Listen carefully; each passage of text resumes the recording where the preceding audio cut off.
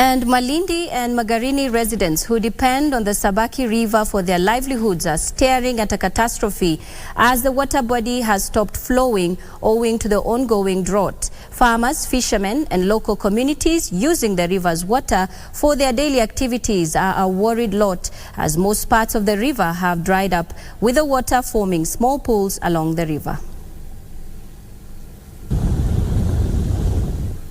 Malindi and Magarini residents are grappling with adverse effects of climate change as the source of their livelihoods continue to dry out. Hatujai kuona maajabu ya hii mto kwa namna hii. Hii river watu wengi wamechangia kuvuta maji kwa mashamba yao. Basi wameleta shida, mambo inakuwa hivi. Hatujawahi kuona shida namna hii. Sasa hakuna maji galana yamekauka, tunateseka. Maji hakuna kabisa. Sasa tunafanya kuchimba kwenye hiyo ardhi ya galana ndo tunapata maji ya kunywa. Wild animals, especially hippopotamus, have not been spared either, with the wildlife spending much of their daytime concentrated in small pools of water next to the Sabaki Bridge that connects Malindi and Magarini sub-counties.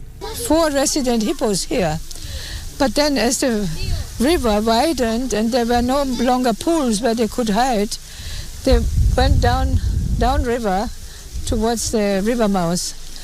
At a Goodwin, a resident says Sabaki and Burangi residents on each side of the river have been forced to scoop water from ponds made on the riverbed, noting that the water is highly contaminated and could lead to disease outbreak if taken without any form of treatment. Inadequate supply of drinking water. People are coming to the river to fetch water, scoop water from the holes here they make. And I have been trying to stop these people because this water is heavily contaminated. Irrigation imechangia maji hiyo kukauka.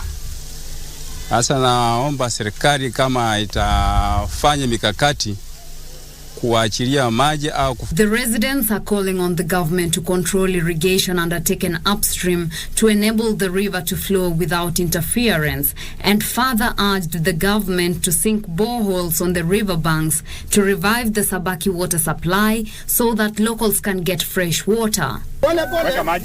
In Makueni, residents have been urged to plant trees to help combat climate change and expand the forest cover using available resources.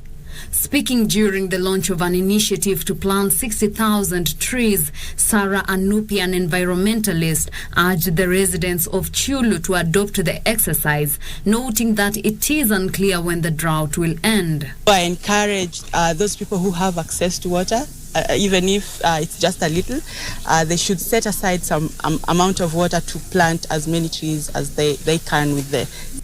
Reporting for Lunchtime News, I am Teresa Mutai.